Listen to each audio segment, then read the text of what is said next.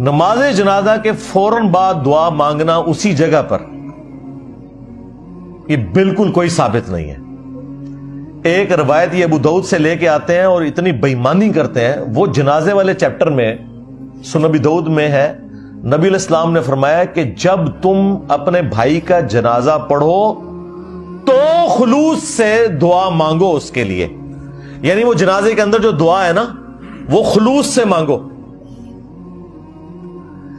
ان کو پتا تھا، انہوں نے جان بوجھ کے وہ الفاظ اٹھائے کہ جی جنازہ پڑھو تو دعا مانگا کرو، اور وہ دعا بعد والی دعا جو اپنی ان کے بابوں کی جاری کردہ تھی نا اس کو پکڑ کے اس میں فٹ کر دیا۔ حالانکہ ایک عام آدمی جس کو اردو پڑھنی آتی ہے نا، تھوڑا سا بھی اس کو علم حدیث سے شغف ہے اور اسے پتا ہے کہ کون سے چیپٹر میں کون سی چیز آتی ہے، وہ چیپٹر کون سا ہے ابو داؤد کا، وہ خود پڑھ کے دیکھے، اسے آئیڈیا ہو جائے گا کہ بالکل فراڈ کیا ہے انہوں نے۔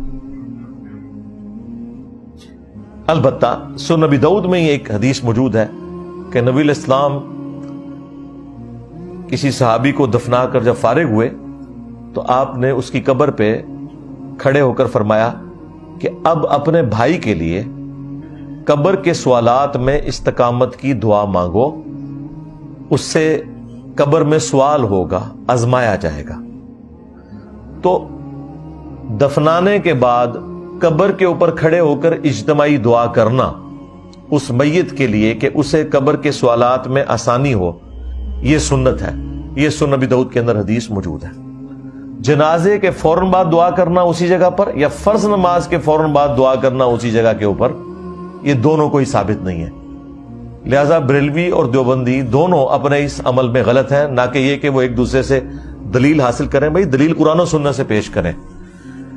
عزتیں تم لوگوں نے اویل کی ہیں قرآن و سنت کے نام کے اوپر، چندے تم لوگوں نے بٹورے ہیں اللہ اور اس کے رسول کے نام کے اوپر عز وجل و صلی اللہ علیہ وآلہ وسلم، سواریاں سوار کی ہیں تم لوگوں نے مکے اور مدینے کی آوازیں لگا کر، اور پھینکی ہیں جا کے بریلی میں، دیوبند میں، اجمیر میں، بغداد میں، غداری کی ہے تم لوگوں نے اپنے نبی کے ساتھ۔ تو دیکھ لو پھر اللہ تعالیٰ نے تم سے کیسا بدلہ لیا ہے، میری جیسی بلا تم پہ مسلط کر دی ہے۔ میرے نبی سا ہے ہی کوئی نہیں، تیرے بابے تھے شاہی کوئی نہیں۔ تو مجھے اتنا دکھ ہو رہا تھا، اور پھر اب دیوبند کے علماء کی بھی ذمہ داری ہے کہ وہ آ کے حق بات کو ایکسپٹ کریں۔ اب وہ نہ بلوں میں گھسے ہوئے ہیں، بریلوی ان کو نکال رہے ہیں باہر، نکلو باہر۔ اب وہ نہ طارق جمیل صاحب کے اوپر فتویٰ لگا سکتے ہیں اور نہ اپنے اس عمل کو غلط کہہ سکتے ہیں جو پہلے کرتے رہے۔ بریلویوں کو موقع مل گیا، وہ چڑھے ہوئے ان کے اوپر۔